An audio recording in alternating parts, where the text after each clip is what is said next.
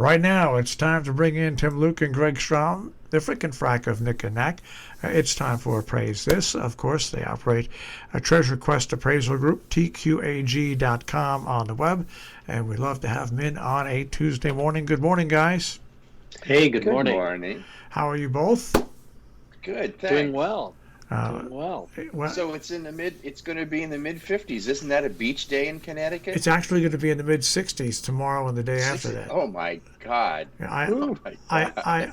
I might bring out the polo shirt and shorts. You never can We're tell. having a heat Yeah. wave. It's a disastrous time when I bring out the shorts because like most white males, but wear long pants and stuff during the winter time, you lose the hair on your legs and your hair look like and your legs are just bone white. And when you're 68 and you have hairless bone white legs, it's even worse. I totally resemble that comment. Oh gosh. Well, anyway, one of the things I was looking at, and it's actually an article that came out in February, and that was Asia Week, New York sales, and the different auction houses that were involved in that. Um, Now, there's somebody up here who is well connected with Asia and antiques. Is there something special? Now, this is where we get into talking about collecting and antiques and people's tastes. You look at the different branches and the different things that come up in auctions, and things like this, Asia, and different parts of the country. Is Asia one of the most popular things for auctions like this? Well, Asia Week has been around for many, many years in New York, and it's not unlike the regular auction world. When Asia Week happens, it's a major event because people from all over the world get involved in this, and um, Both in I person just and virtually. yes, well, virtually, yeah. But I just remember when we lived in New York, all of the events leading up to and during Asia Week, this was an amazing event that happens every year, and the the Asian market for art, a lot of the great Asian art, it seems that a lot of it is being repatriated, I guess. I don't know if that's the correct term.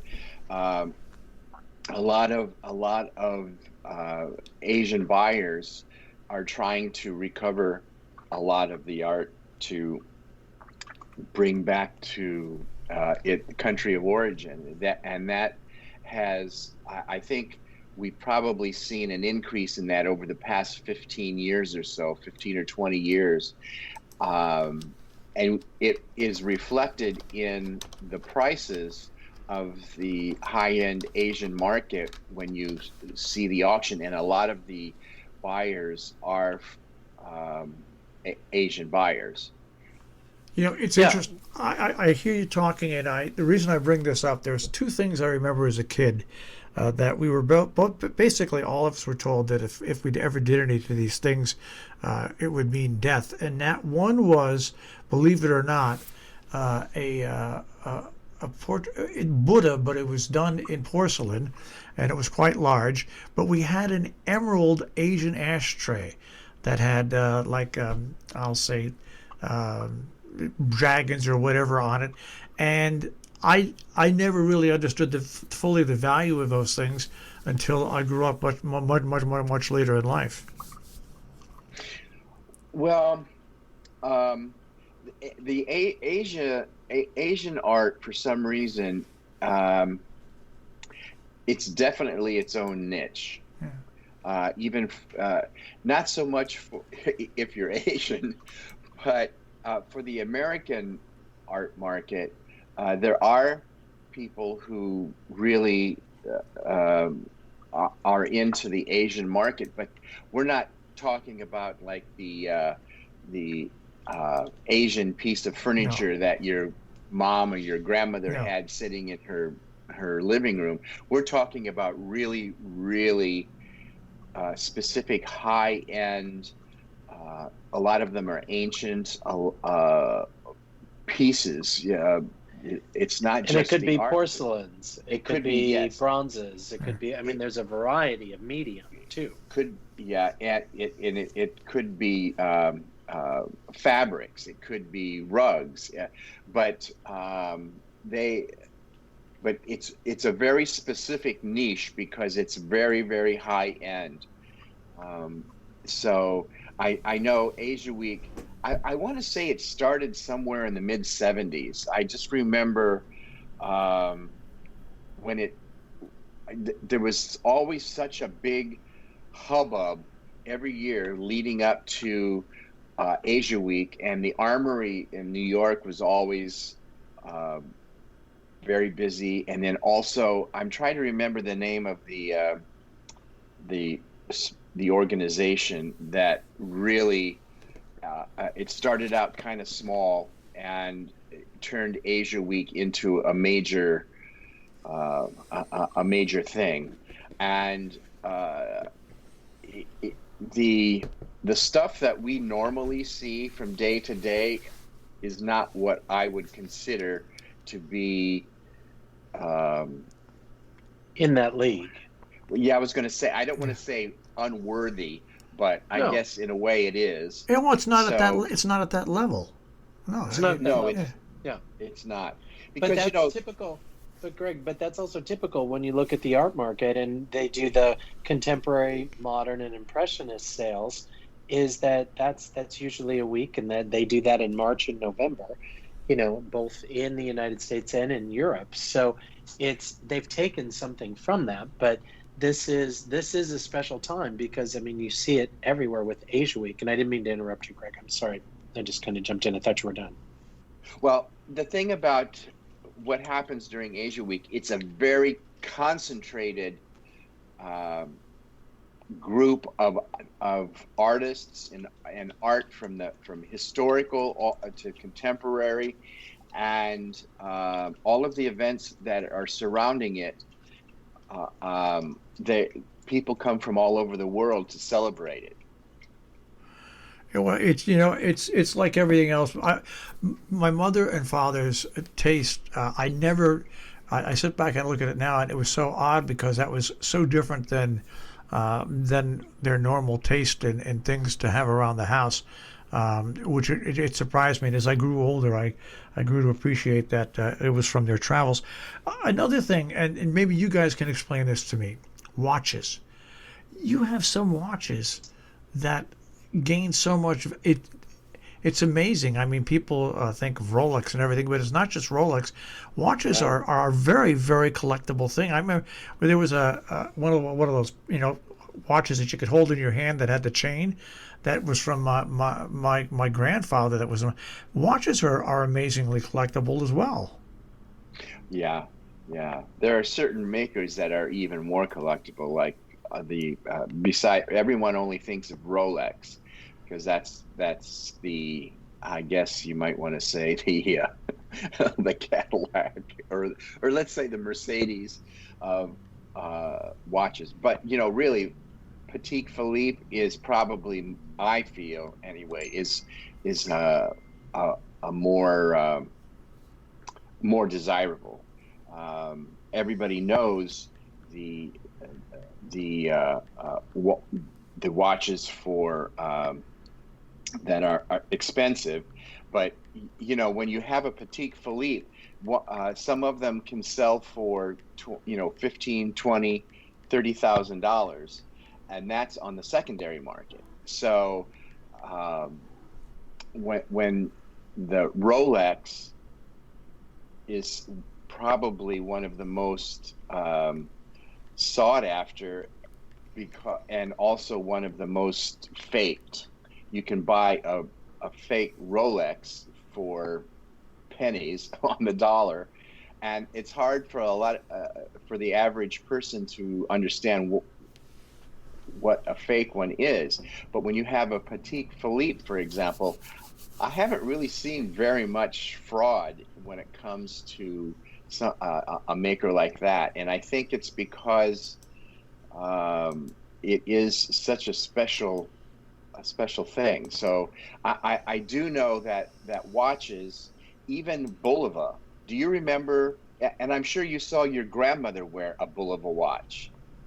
And growing up, my mother, my grandmother, my aunts, they all had the Bulova watch with the fake diamonds, and those things, even Bulova, are bringing a good amount of money today.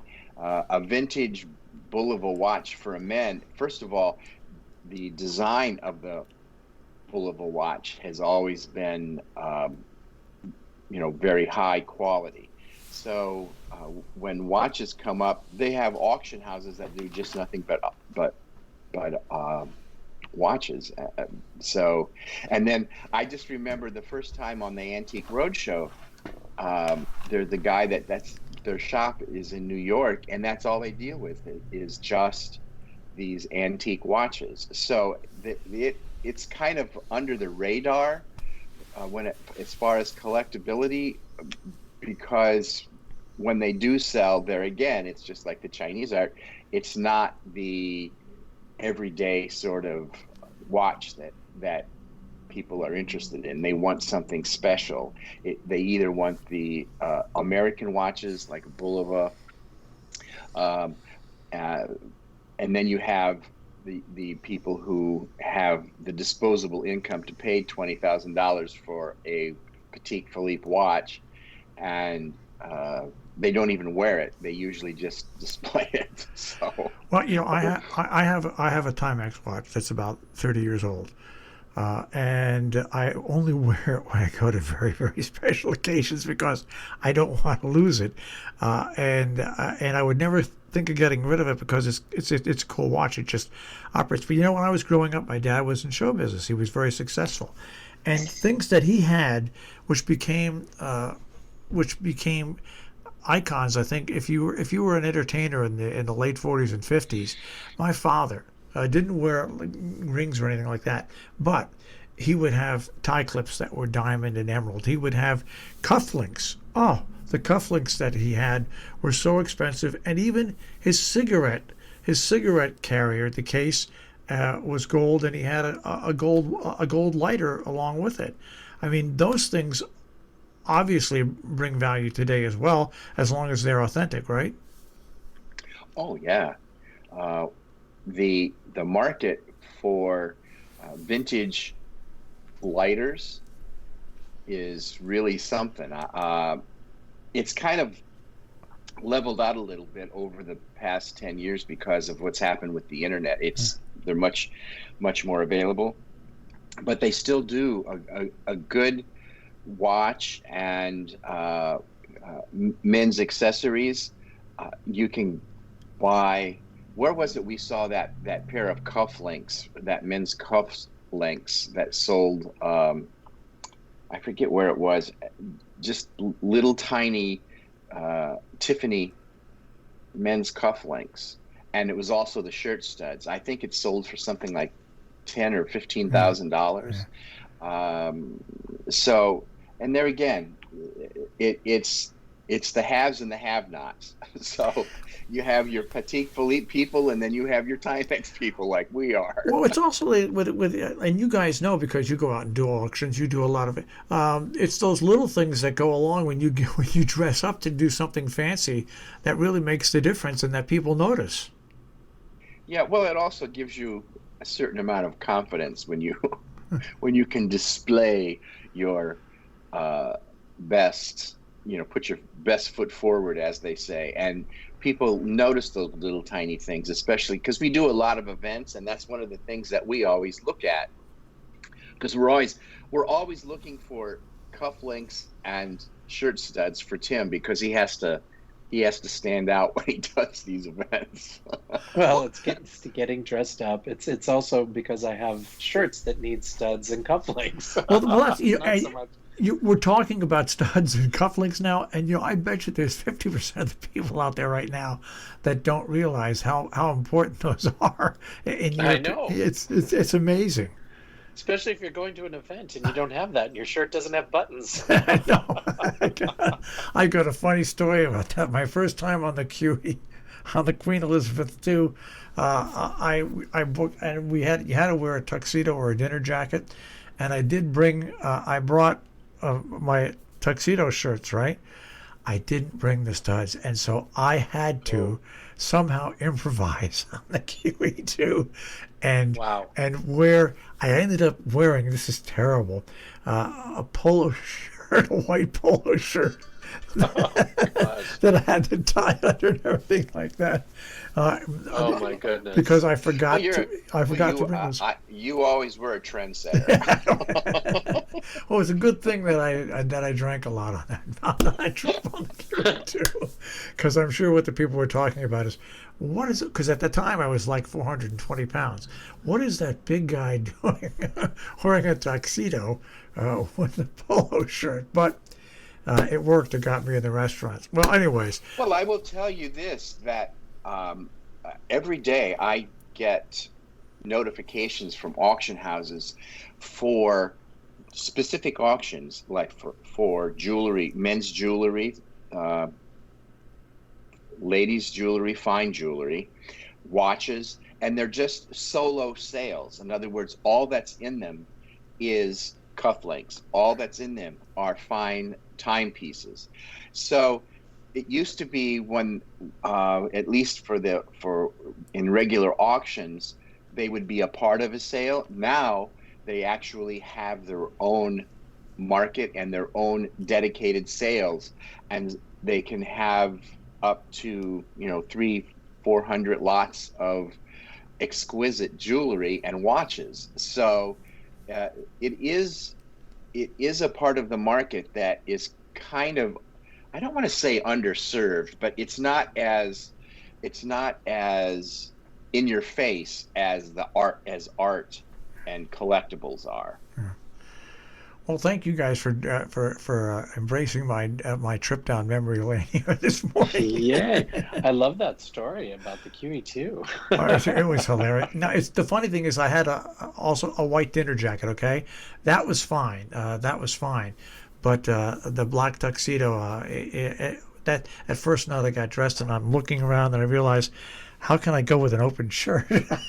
Right. Yeah. But it did work. It did work. I had a cummerbund. I had a cummerbund and everything. I'm sure you pulled it off with grace and style. I don't know with grace and style, but I did pull it off. Oh my God. All right, guys, we'll speak to you next week. Take care, Okay, Marshall. Take care. Bye-bye. Bye-bye. Tim Luke and Greg Strahm, the appraisal guys, the frickin' frack of Nick and Nack, TQAG.com on the web is where you will find them.